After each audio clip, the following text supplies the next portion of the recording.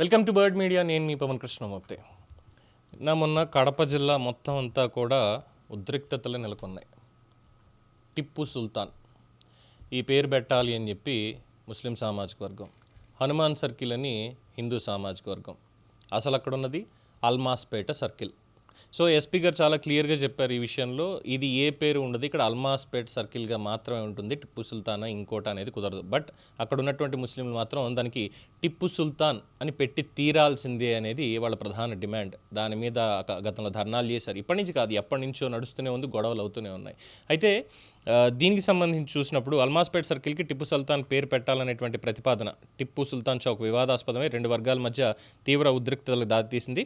ఈ నిర్ణయాన్ని BJP, RSS, VHP సంస్థలు వ్యతిరేకిస్తూ ఆ ప్రాంతాన్ని హనుమాన్ సర్కిల్గా పిలవాలని డిమాండ్ చేస్తున్నాయి. ఈ నేపథ్యంలో ఘర్షణలు జరిగాయి. పోలీసులు లాఠీచార్జ్ చేసి ఆ ప్రాంతంలో భారీ బందోబస్తు ఏర్పాటు చేశారు. సో అక్కడ ఒక హనుమాన్ విగ్రహాన్ని నెలకొల్పారు. దాని ప్రారంభోత్సవం జరగబోతోంది. అలాగే ఆ అల్మాస్పేట్ సర్కిల్ కాదు, హనుమాన్ సర్కిల్గా దాన్ని పిలవాలి అని చెప్పి ముందు నుంచి కూడా వాళ్ళు డిమాండ్ చేస్తున్నారు. వీళ్ళు మాత్రం అది టిప్పు సుల్తాన్ అనే పెట్టాలి. బట్ ఇక్కడ ఇంకోటి కూడా చెప్తున్నారు ఏంటంటే అబ్దుల్ కలాం సర్కిల్ అని పేరు పెట్టండి. ఎస్, మేము కూడా వాళ్ళతో వచ్చి ప్రారంభోత్సవ కార్యక్రమంలో పాల్గొంటాం. అలాగే అబ్దుల్ కలాం గారి విగ్రహాన్ని కూడా అక్కడ పెట్టుకొని ప్రతిరోజు ఆయనకి నమస్కారం చేసుకుందాం అని చెప్పి ఈ బీజేపీ కావచ్చు, మిగతా వాళ్ళు హిందువులందరూ కూడా చెప్తుంటే, లేదు మాకు ఎట్టి పరిస్థితుల్లో టిప్పు సుల్తాన్ మాత్రమే కావాలి అని చెప్పి వాళ్ళ అక్కడ డిమాండు. ఇక అంటే వాళ్ళ ఆవేశాన్ని, ఆలోచన అనేది లేకుండా ఆవేశంతో వచ్చి రాళ్ళు రువ్వడం వాళ్ళ మీద, ఇవన్నీ చేసి ఏం నిరూపించుకుందాం అనుకున్నారంటే మేము అక్కడ బలంగా ఉన్నాం కాబట్టి మేము ఏది చెప్తే అది నడిచిపోతుంది అనేటువంటి పాయింట్. ఇదే అక్కడ వచ్చినటువంటి ఇష్యూ. అలాగే టిప్పు సుల్తాన్ గురించి ఇక సోషల్ మీడియా కావచ్చు, మిగతా వాళ్ళు కావచ్చు, అనేక మంది చెప్తున్నారు. ఏం చెప్తున్నారు ఏంటి అంటే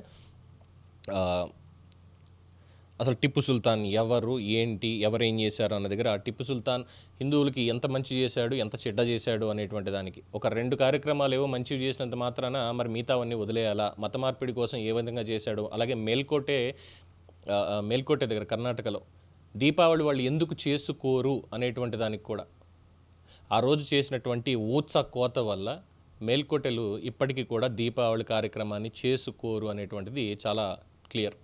అండ్ శృంగేరి మఠం మీద దాడి జరిగినప్పుడు, మరాఠాలు దాడి చేసినప్పుడు శృంగేరి మఠానికి ఇలా అయితే శృంగేరి మఠానికి ఆయన ఏదో ఆదుకున్నాడు అని, అలాగే అతని తండ్రి టిప్పు సుల్తాన్ తండ్రి ఈ బంగారు నాణ్యాలు ముద్రించి దాని మీద వెనకాల శివపార్వతుల ఇది కూడా వేయించాడు అని చెప్పి ఆ 2 మంచి పనులు చేశాడు కాబట్టి టిప్పు సుల్తాన్ మంచివాడే అనేది ఒకటి. ఎవరి మీద పోరాడాడు? బ్రిటిష్ వాళ్ళ మీద పోరాడాడు అని. బ్రిటిష్ వాళ్ళ మీద పోరాడుతూ మరి ఇక్కడ ఉన్నటువంటి వాళ్ళు చేసింది ఏంటి? ఇక్కడ ఉన్నటువంటి హిందువుల్ని, ముఖ్యంగా బ్రాహ్మణ వర్గాన్ని, వీళ్ళందరినీ కూడా నాశనం చేసేటువంటి విధంగా, అలాగే దాదాపుగా 10,000 మందికి బలవంతంగా సున్తీలు చేయించి వాళ్ళ చేత గుడ్డు మాంసం తినిపించి ఇక మళ్ళీ వేరే ధర్మానికి వెళ్లకుండా చేసినటువంటి ఘనత కానీ ఇవన్నీ టిప్పు సుల్తాన్కి అనేకం పెట్టుకున్నారు. ఇలాగ ప్రతి ఒక్కళ్ళు అనేకమైన పాయింట్లు వాళ్ళు మెన్షన్ చేస్తూ వస్తున్నారు. ఇప్పుడు ఇక్కడ ఎవరిని తప్పు అనాలి, ఎవరిని ఒప్పు అనాలి? ఎందుకు అసలు ఇప్పుడు టిప్పు సుల్తాన్ ఎందుకు ఇప్పుడు? ఇంకెవరు లేరా భారతదేశంలో? ఇంకెవరు లేరా? అబ్దుల్ కలాంది పెట్టమని చెప్తుంటే అబ్దుల్ కలాంని తలుచుకోండి అయ్యా అంటే నాకు టిప్పు సుల్తాన్ మాత్రమే కావాలి. ఎందుకు? అబ్దుల్ కలాం ఏమైనా కాఫీర్ అయిపోయాడా?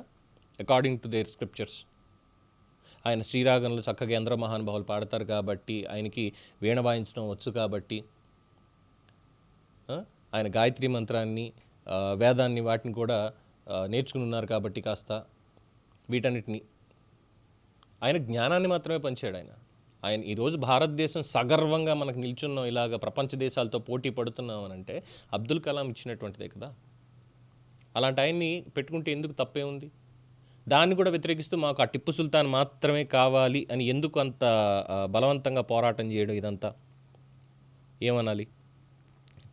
తర్వాత ఇంకా కొన్ని పాయింట్స్ చాలా వరకు ఉన్నాయి దీంట్లో చెప్పుకోవాలంటే. ఒకే రోజు 40,000 మంది హిందువుల్ని మతం మారలేదని చంపించాడు టిప్పు సుల్తాన్. ఇది కూడా చరిత్రలోనే ఉంది. 10,000 మంది బ్రాహ్మణులకి బలవంతంగా సుంతి చేయించాడు. పన్నులు కట్టలేదని తర్వాత నేను చెప్పడానికి వద్దు, ఇప్పుడు అంత దాంట్లోకి వద్దు అసలు. ఇంక ఇలా చెప్పుకుంటూ వెళ్తే ఎంతోమంది ఎన్నో రకాలుగా ఈ టిప్పు సుల్తాన్ అనేటువంటి పాయింట్కి ఎంతోమంది ఎన్నో చేస్తూనే ఉన్నారు. సో కడపలో దానికి ఇప్పుడు కొట్టుకుని చావడం దేనికి సంకేతం? ఎందుకు అసలు అవసరం ఉందా? అవసరం ఏమన్నా ఉందా దానికి?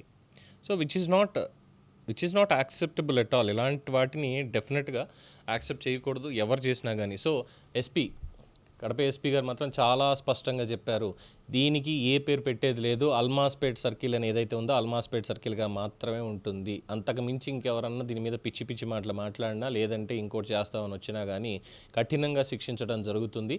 శాంతి భద్రతల సమస్యలు తలెత్తేలా ఎవరన్నా చేస్తే మాత్రం అందులో నిర్మోహమాటంగా తీసుకెళ్ళి లోపలేస్తాం, ఇదే చెప్పారు.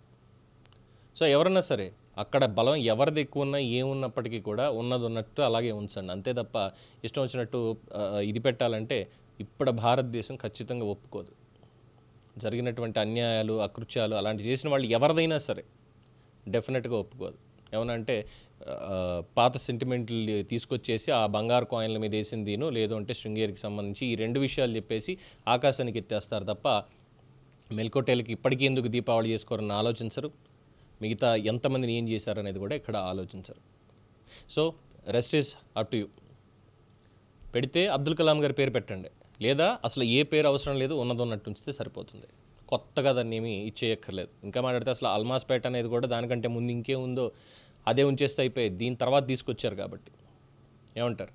దీని మీద మీ అభిప్రాయం తెలియచేయండి. చూస్తూనే ఉండండి ది బర్డ్ మీడియా.